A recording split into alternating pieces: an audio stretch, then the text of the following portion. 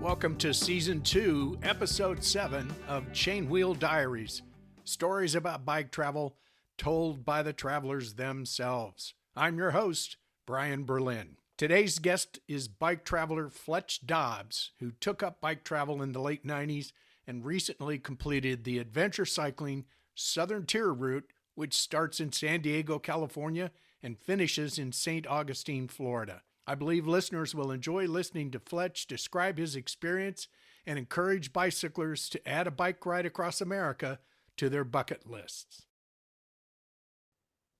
Well, welcome to the podcast, Fletch.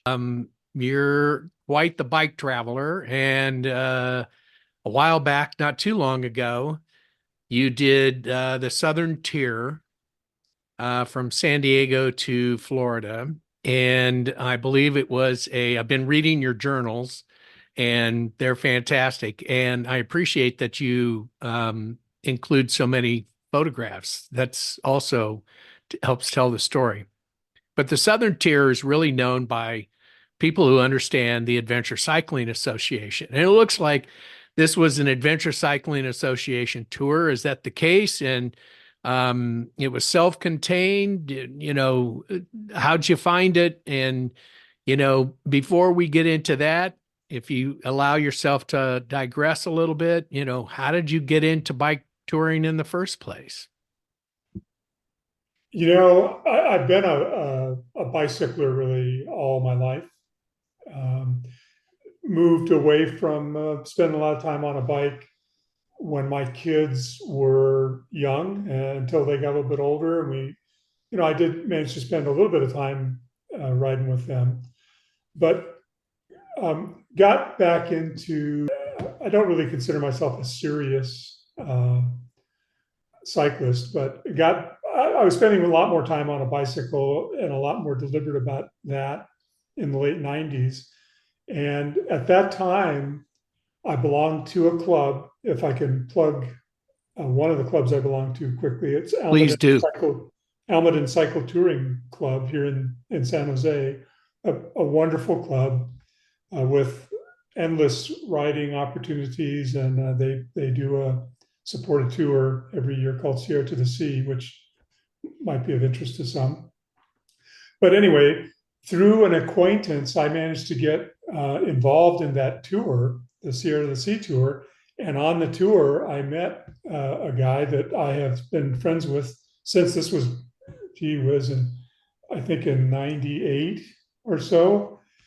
This friend and I were talking one day and he said, well, hey, I've been talking to this other friend of mine and he has decided he wants to ride down the coast from Salinas to San Luis Obispo. And the way we did it, we drive with our bikes down to Salinas, park in the parking garage downtown, ride from there down the coast over a couple of days, over a weekend, wind up in San Luis Obispo, and then get on the Amtrak train in San Luis Obispo and come back north to Salinas, offload our bikes, load them onto the cars, and then come back home. And that, I'm guessing it was probably about 98, 99 timeframe, was really my first experience at multi-day touring by bicycle. And the first day I was absolutely hooked. It's like, this is how I want to spend my spare time. And I don't know if you've ever ridden the Big Sur Coast, it'll do that to you all by itself. Someday. Right. So Salinas to San Luis Obispo, that sounds like a good route. Kind of, were you on the Pacific Coast Highway the whole way, or did you have some back roads? Well, the first few times I did that ride, absolutely was on Highway 1, right on, literally looking over the cliffs of the Big Sur Coast on Highway 1, virtually the entire way from Carmel to Cambria. Actually, Cambria's way turned inland to go to San Luis Obispo. But the way we did it back then, we were credit card touring, staying in hotels or lodges and the like. I wasn't camping yet at that time. I remember buying a couple of small panniers, thinking they would be adequate for any tours that I ever did. And now that'd be my handlebar bag. But you just carried a clean pair of riding shorts and a pair of long pants and a jacket, so you could, you know, um, get warm after the ride. But first day, we would ride from Salinas to one of the hotels there in Big Sur. Then the next day we go from Big Sur to either San Simeon or Cambria on the coast, grab a hotel and dinner. And then the next day is from Cambria to San Luis Obispo was about 35 miles. Yep. Typically it's a morning ride on the coast. We like to do it in the fall when the coast is just famous for weather. I mean, if anybody was ever going to do a first bicycle tour, the Big Sur coast in late October would be my suggestion to have a great experience. So that's Yep. my that was my first experience with bicycle touring, and the addiction has grown worse over the years. It's hard to beat when you're out there on a bike and Yeah, you're moving at about 10 to 13 miles an hour. You can take in almost everything. Now, I've ridden from Morro Bay to north of San Simeon and back a couple of times, and it's picturesque. It's some of the best coastline you're ever going to see, but it's stopped short of the Big Sur. And one day I hope to be able to. I would probably start um, at the California Oregon border, maybe, and then head south instead of riding north. I think, you've got the coast on your right hand side. Seems like the best way to go, but all of the riding on the west coast of the U.S. that I've done is north to south, mainly because the prevailing winds in California at the times of year that I like to ride is north to south, and yeah, so the tailwind is another reason you're going to have a good experience. Chances are you're going to have a good experience if you choose that way to travel. yeah, So no doubt about that. Um, so let's segue to the Southern Tier. You did that in 2022. yes, Okay. And this was an Adventure Cycling Association tour. I've done one with them. I did a Death Valley tour with them. I can't say enough good things about the Adventure Cycling Association, other than being just a bunch of great people. They're the Rand McNally of cycling routes. You yeah, can they are the ultimate, and they continue to improve them. yeah. But you chose to take this tour. That puts you in a group with people so that you're not riding solo. Tell me a little bit about that, how you came to choose that tour and why you did. Well, requirement one, I've wanted to cross the country on my bicycle for a long time, and for you know, one of the first things I wanted to do when I retired was go across the country on my bike. Um, and I actually, I tried. I started a tour to go across the country in the May of 2019. But to your question about ACA, my requirement for, or I should say, my one of my requirements for choosing them was I definitely want to be on a self-contained tour. I don't because that's just part of what I enjoy. Um, I have been an ACA member for a number of years prior to retirement, and as you said, they're the source for information and routing and maps and GPX data, et cetera, for all things bicycle touring in our country. And so to choose the tour, they offer a number of tours that are self-contained, I think they call them. That was requirement one. I like the idea that it was a guided tour because while I had started a tour on my own, I felt like, if I really want to get this done, a group of people and a leader who's done this before would be really helpful to that. And it turns out that it was so true, because I really wound up with a great group of people.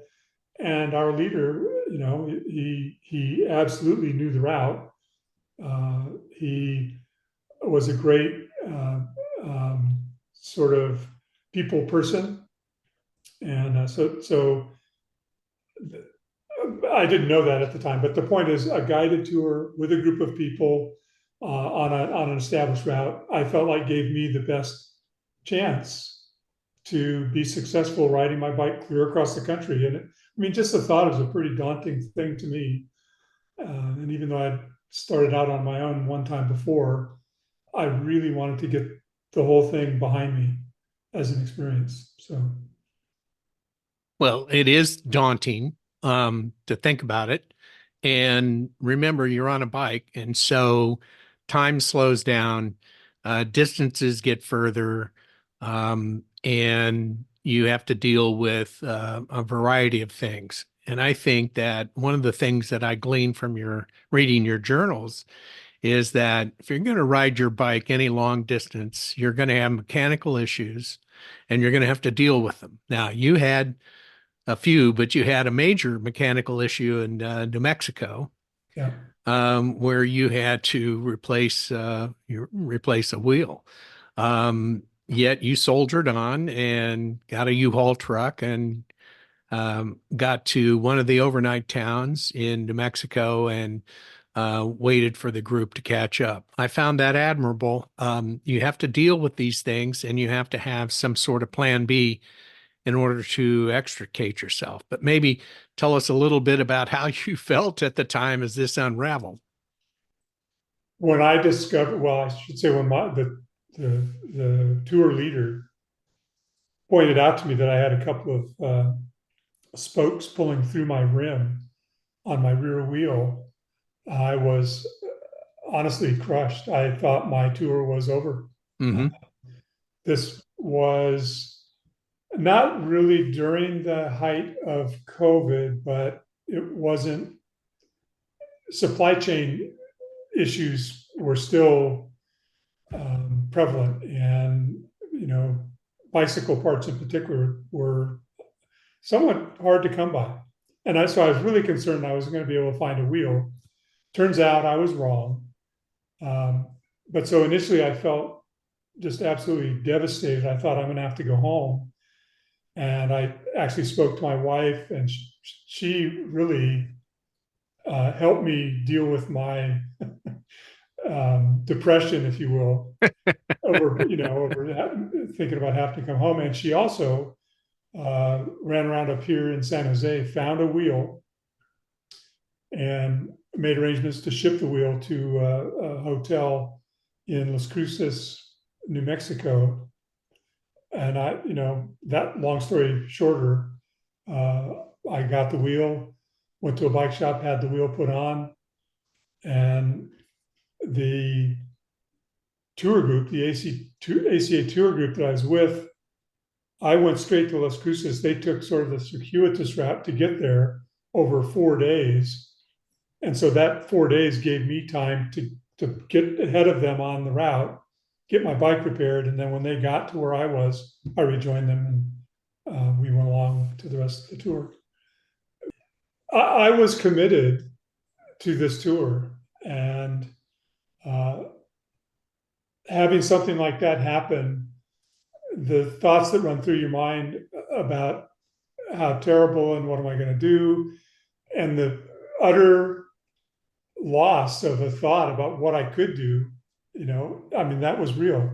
And so our tour leader was supportive and helpful, suggesting, hey, just come on along, either Uber with your bike up to Silver City, where there are 3 different extensive bike shops. They probably have a wheel. Talking to my wife, hey, hang in there, get a car, go ahead, and I'll ship you a wheel. Sort of brought me back to, my my senses. That it was going to be okay. There's help is available, and I can put this back together again and get back on my bike and join the tour. So I really thought I was going to have to come home. Yeah, it's what I refer to as that bicycle traveling oh shit moment where it's like, you can't go forward, you can't go backward, you're kind of in limbo until you figure it out. Yeah. You also picked up a piece of hardware on the road, and I've been through the same thing, and we both came up with the same solution. I carry those boots um, in a little kit on my bike for whenever that might occur. And you and I have both found the instance where that's necessary when you pick up a piece of hardware that after a few revolutions of the back tire or the front tire goes all the way in and makes a hole in your tire. So forget about the tube for a minute. You have to cover that. You have to patch that tire on the inside, and for some reason in the past, I had bought some of those boots and brought them along, and then suddenly had the need to use one. And you experienced the same thing. Well, it might even be the same boot. I carry Park Tool Yeah, park tool. tire boots because it's a great product, with adhesive on one side. I've heard people use currency, Yep, dollar credit bills. Yep, cards, all kinds of crazy stories you hear. But those Park Tool boots are absolutely worth their weight in gold when you come up with a need for one. if Hopefully, and I have if and one. when you need them, if and when you need them, you have them. Yeah. You're now back on the road, and you're feeling pretty good. You've got a little bit of a tailwind. What are some of the highlights that you've encountered now as you begin to head east towards Florida? Highlights to me are the sort of the most vivid memories. Yeah, um, and the first one coming out of Las Cruces, New Mexico, into El Paso, Texas, which is the beginning of Texas. Texas is bigger than I ever knew. It, we crossed three states: California, Arizona, and New Mexico over, I think, 3 weeks, and we were in Texas at least 3 weeks. sure. I've driven across Texas. It takes forever. Yeah, yeah. So and everything from El Paso to probably my memory is Del Rio or after it all pretty much looks the same. It's desert, windswept, no trees, a lot of low brown shrubbery, Mhm. not much water anywhere, and pretty harsh conditions. Wind and heat.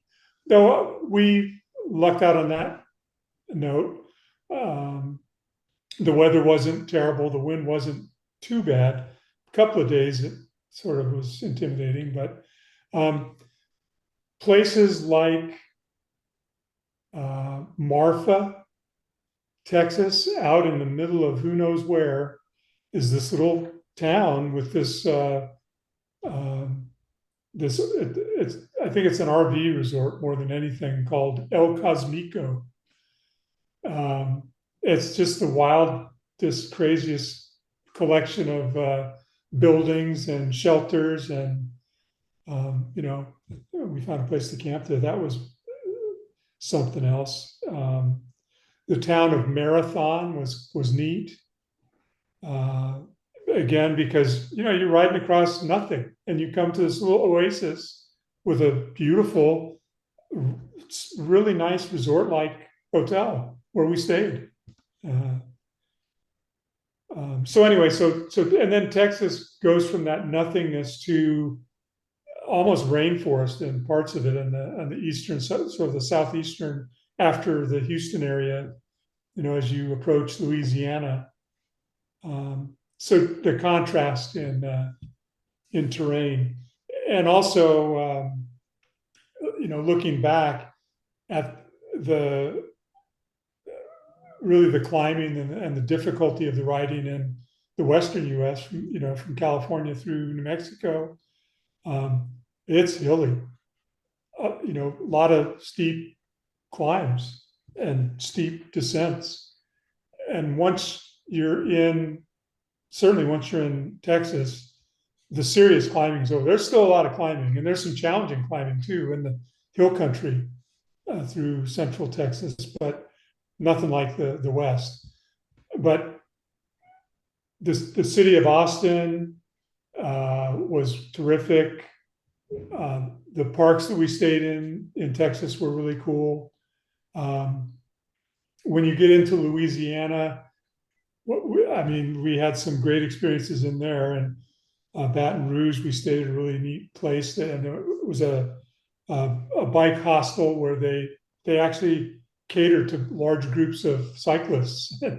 And we got there, we had home cooked gumbo and uh, potato salad, which is kind of a crazy thought, but boy, was it good, It especially after a sounds day on good the to me. bike. It was terrific. Definitely sounds good to me. So you were talking about encountering some of those small towns going through Texas.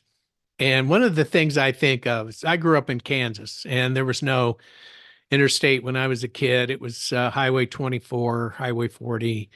Um, and those towns along the route where it was easy to stop and visit and get refreshed. And the great thing about bicycle travel is that you get to use those routes where you get to experience those small towns, and they're still there Yeah. and they're still occupied, inhabited, and people are gracious. They're happy to see you. They love that you're passing through. I think that's one great thing about bicycle travel, and the routes that you take are not normally ones where you're in a car and you're trying to make time. Now, you did ride on the interstate in a few instances. Everybody freaks out when they hear that, but the fact is that on some interstates, and in California, it's legal to ride on an interstate if there's no alternative. Right. But the shoulders are extremely wide and clean and free of debris that you would normally encounter. Is that what you experienced? All of the interstates that we rode on, there was always a rumble strip and at least 10 feet of shoulder, wide enough that a car can pull off and the driver can open their door and get out safely and be at least protected by that rumble strip. So there's lots of room to ride. I never, on some of the narrower roads that might have been state highways, but there's no shoulder. Your bike lane is essentially, it's like 6 inches next to the fog line. That's what you get. Yeah. I felt safer on the interstate in some cases than some of those roads. But I never really, I actually don't mind riding Highway 1 here in California. And a lot of people will just cringe at that thought. Um, so maybe I'm not as sensitive about that, but I never felt at risk for highway traffic on the southern tier. The ACA picked a great route. Um, I can't think of an instant where I had a GPX track that I could follow my phone if I wanted to, and we had maps for each day. And the route that they've made and called the Southern Tier, I think is a terrific, safe route. And certainly the interstates are part of that chosen ACA route, and it works fine. So I would let me put in a plug for the ACA. It's the Adventure Cycling Association. It's nonprofit. They develop bike routes. They also support the Rails to Trails Conservancy. Um, and they also do tours. And you and I have done a tour. Now, I did a van supported tour. That was the only option on this one. And I picked a place that I could get to by car. But I want to encourage people to go to the adventure cycling site and look at all the tours that they have to offer. And not just the tours, but the mapping that they've done. So if you ever decided that you'd like to go on your own or with some other people and use their maps, I've heard they're fantastic. They're very detailed. Um, They allow for detours and they let you know what those detours are. They also let you know if there are some sightseeing that's available to you. But more than that, wherever there's refreshments or a bike shop, all of those are included in the map. So I definitely think if you are considering any kind of long distance cycling, one of the ways to ease into it is a supported tour or an organized tour. And I think adventure cycling is tops on that.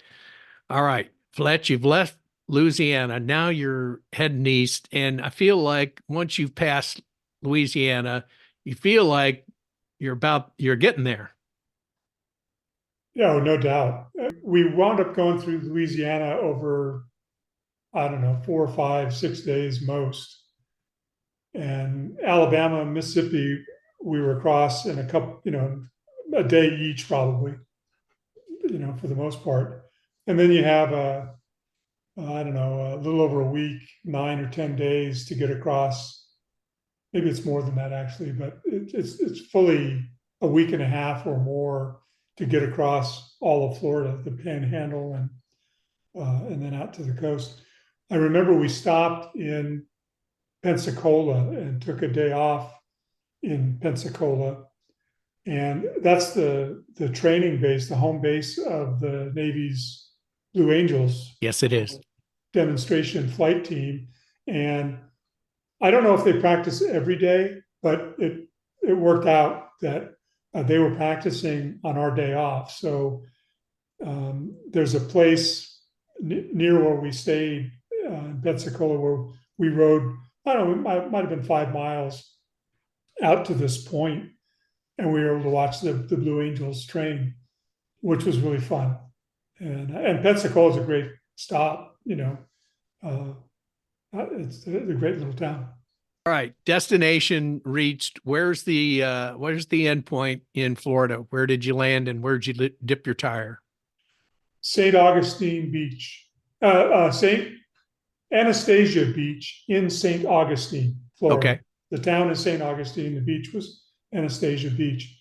The last night we were there in Florida, we stayed in a town called Palatka, went out and had a group dinner.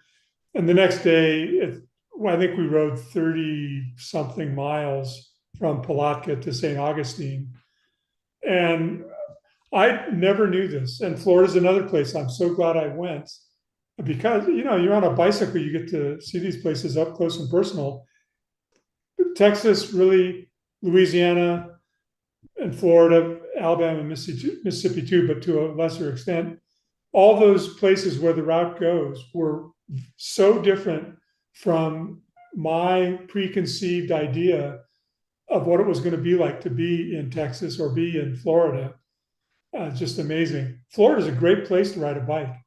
Great infrastructure for a lot of bicycle paths, bicycle lanes. I didn't expect that, and I was surprised to find it. And so that last day from Palatka out to St. Augustine, it was gorgeous, and I'm going to say most of it was, you're on a bike path, so there's no cars to worry about. You have this beautiful, relaxing morning, shirt sleeve weather, and then you get to the beach and have that experience, which is, you just cross the country on your bike. There's nothing like that feeling. I imagine that you must have felt a great sense of accomplishment, but at the same time, you're like, and now it's done. There's a big letdown. It's like I don't want to go home. It's a huge sense of accomplishment, and the very first thoughts that I had, and what we talked about at dinner, I remember this, is what's the next tour? Where are we going to go next? There's a couple of folks in that group that had already been across the country on their bicycles, and there was talk about doing that again in 26, which will be the 50th anniversary of the Trans Am bike centennial event. That's in 26? in 26. Yeah. I'll And be in darned. fact, one of the guys that I rode with, who now lives in Minneapolis, um, was he took that bicycle ride in 1976 across the country on the Trans Am, and that was part of the conversation: is where are we all going to be in 26 so we can do the anniversary ride? I want to I want to encourage listeners that riding with a group, especially in a organized tour like Adventure Cycling did the Southern Tier, what kind of people did you meet, and what kind of cycling skills or experience did they have? I could not have handpicked a better, a more compatible group of people um, myself. It just, I felt and still feel uh, really lucky to have had the experience that I had, and with those people and experience levels. There was a woman on the tour, Carol, who bought a bike for this tour Mm, and had ridden bicycles before, but had never done any long distance touring up until she started to train for this tour. And I think she had been out a couple of times for short, overnighters or two nighters, but essentially a complete novice tourist. And we had a young man, Max. He celebrated his 19th birthday on the tour, wow. uh, and who also had very little touring experience. I heard from him just a while ago. He led his brother on a I guess a couple of weeks tour from his home in New Jersey down to someplace in South Carolina Yeah. on his own. And before we went on this cross country gig, he hadn't toured that much either. So you had that up to folks, a gentleman who also lives here in California in Nevada City, Rod, older, a couple of years older than me. I think he turned 71 while we were on the tour. He had This was his trifecta ride. He had done the Northern Tier, he had done the Trans Am, and now Okay. he'd done the Southern Tier. All Interesting. ACA. Yeah, I think all of his tours across the country were with adventure cycling. Um, but certainly, I know he described doing those all on ACA routes with their maps, and an extremely experienced bicycle tourist. Um, and everything in between. People at sort of a transition in their lives where they're taking a break, basically, to get their head clear, and this was part of what they were doing to do that. Um, and people like me that just wanted to get across the country on a bike. Well, I think the message is that, and that's what I experienced on my ACA tour, is that you meet some you meet some great people, but keep in mind you've got something in common. You love riding bikes, you want to ride your bike somewhere, and you're with people who are trying to do the same thing. So I don't think you're going to find anybody that's so different from you that you can't find a way to get along. You're all part of an open, inclusive bicycling community, and that's what makes it, so um, warm and refreshing and a wonderful experience. I noticed we both ride Surleys. Is that right? That is correct. I Eh, have a disc trucker. Disc trucker. All right. I've got a 2010 LHT, rim brakes, a plug for Surly bicycles, the Surly long haul trucker. You'll see a lot of them on bike tours. I certainly have. Anyway, well, Fletch, I really appreciate you taking some time and joining me on this podcast. And it's been a real pleasure to meet you and hear about your experience. And I think that people will be inspired to consider, that bucket list item where you ride across America on a bicycle and see all you can see. And my fervent wish is that someday we get to ride together. I would look forward to that. and I'm already plotting my next my next outing. So Well, I'm yeah, I'm still working full time, so uh I'm limited by the amount of paid time off that I've accrued. Um and mostly do a lot of weekend overnighters, to fill in the gaps. And then I'll use paid time off to do a week long ride. But seriously, I really look forward to the day when I can do a cross country trip because um, the appeal of that is just enormous, as I'm sure it was for you when you decided to do it. yeah, I couldn't agree more. That's actually one of the tours that I'm planning. Uh, is an I still have a desire to do the Trans Am from coast to coast. Um, so yeah, I hopefully I'll like be that able to do route. I like that route too. Geographically, it looks very appealing, covers a lot of interesting parts of the United States, moves in a southeasterly direction, has a lot going for it. So maybe someday, and maybe we'll be on that trail together, Fletch. I certainly hope so. In the meantime, you take care of yourself. it. Okay, thanks, Brian. Great talking to you. Same here. Bye bye. Bye now.